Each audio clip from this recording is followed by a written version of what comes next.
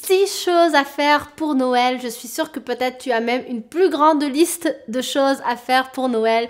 Tout dépend, qu'est-ce que tu fais pour Noël? Est-ce que tu as beaucoup de famille qui va venir? Est-ce que c'est toi qui vas partir chez ta famille? Est-ce que tu as des enfants? Est-ce que tu n'as pas d'enfants? Bref, peu importe les détails, en tout cas pour Noël, Noël rime avec une grande liste de choses à faire, que ce soit les achats, que ce soit la nourriture, que ce soit la préparation des repas, qu'est-ce qu'on va faire comme repas, que ce soit envoyer les cadeaux, acheter les cadeaux à temps, etc., etc. Donc il y a beaucoup de choses à faire. Mais parfois d'ailleurs, on devient stressé avec ça et c'est dommage parce que à la base, cette fête ou ce moment-là de l'année, c'est fait pour être en famille, profiter des gens qu'on aime, profiter de la vie, relaxer et passer du bon temps. Donc, pour ne pas être stressé pour faire sa liste ou pour tout simplement préparer son Noël, il y a quelque chose que j'ai envie de partager avec toi. C'est une liste au fait de choses à faire que j'ai trouvée récemment sur internet et qui m'a beaucoup marqué parce que c'est quelque chose qui rejoint vraiment beaucoup mes valeurs et j'ai voulu partager ça avec toi.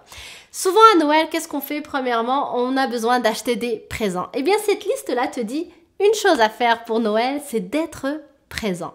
Au lieu d'acheter des présents, c'est d'être présent. Alors bien évidemment, c'est pas noir ou blanc, c'est pas A ou B. Tu peux acheter des présents si tu as envie d'acheter des présents, donc des cadeaux, mais tu peux surtout aussi être présent pour les gens que tu aimes, être présent lors de ces repas de famille, lors de ces repas avec les gens que tu aimes, être là avec eux, les écouter, leur poser des questions, s'intéresser à eux, qu'est-ce qu'ils font, quels sont leurs projets, quels sont leurs rêves, discuter avec eux et aller plus en profondeur dans les discussions avec les gens que plutôt juste être là, manger, encore une fois, pilote automatique, Noël c'est tous les ans, on fait à manger, on mange, on passe à autre chose. Non, être présent c'est hyper important, surtout avec les gens qu'on aime, parce qu'on se construit des bons souvenirs pour la vie. Et comme je crois, je te l'ai déjà partagé dans une des vidéos, mais sur notre lit de mort, qu'est-ce qui est l'essentiel? De quoi on va le plus se souvenir? Eh bien, c'est justement ces moments marquants-là qu'on aura vécu ou passé avec les gens qu'on aime. Donc, être présent. Ensuite, deuxième point, deuxième chose à faire pour Noël, pour la plupart, ça va être envelopper les cadeaux. Une fois qu'on achète nos présents, donc nos cadeaux, on a envie aussi de les envelopper pour les offrir. Eh bien ici, cette liste-là nous recommande plutôt d'envelopper quelqu'un avec un câlin. Ce quelqu'un, ça peut être notre enfant, ça peut être notre mari, notre épouse, ça peut être un parent, ça peut être un ami, ça peut être quelqu'un qui n'a personne pour Noël et qu'on invite chez nous ou qu'on croise dans la rue ou une nouvelle rencontre ou peu importe. En tout cas, envelopper quelqu'un d'amour et de câlin, je pense que c'est une valeur beaucoup plus précieuse que juste envelopper les cadeaux.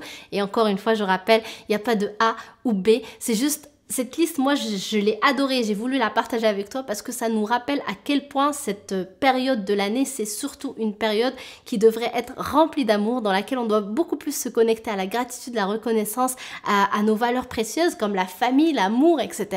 Et donc, être là pour les bonnes raisons et non pas être là parce que c'est une tradition qui se fait depuis 1001 ans, parce que où on tombe encore dans le piège de la commercialisation, des marques, juste acheter, acheter, acheter, donner, donner, donner, ou parfois il y a même des personnes qui consomment énormément, qui dépensent beaucoup d'argent juste pour offrir des cadeaux qui prouvent à la personne que je l'aime, juste pour que la personne se dise ok, elle m'a offert un beau cadeau, ça veut dire que c'est vraiment une personne importante pour moi. Non, les relations importantes, on n'a pas besoin de justifier notre amour de cadeaux chers. En tout cas, moi je ne conçois pas le fait qu'on soit obligé de se prendre un crédit ou de dépenser énormément d'argent juste pour prouver à quelqu'un qu'on l'aime. L'amour n'a pas besoin de preuves et si jamais tu as envie vraiment de prouver quoi que ce soit, pour moi c'est plus la présence, c'est plus être là pour les gens que tu aimes.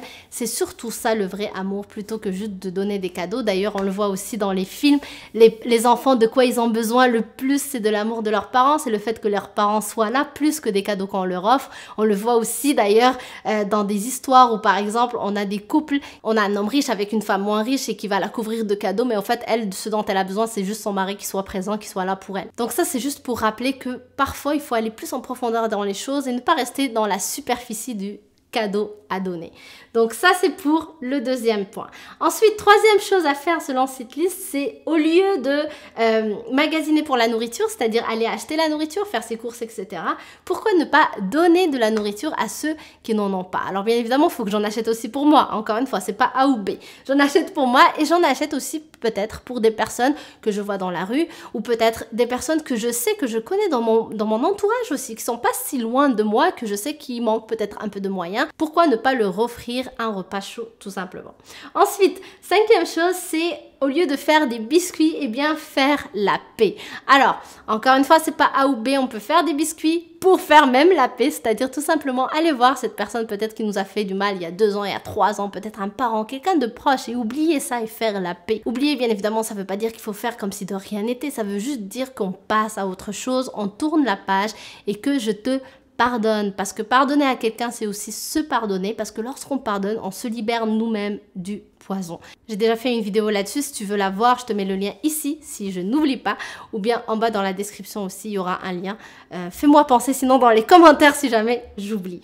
Donc, faire la paix, surtout avec les gens qu'on aime, encore une fois, et nous-mêmes.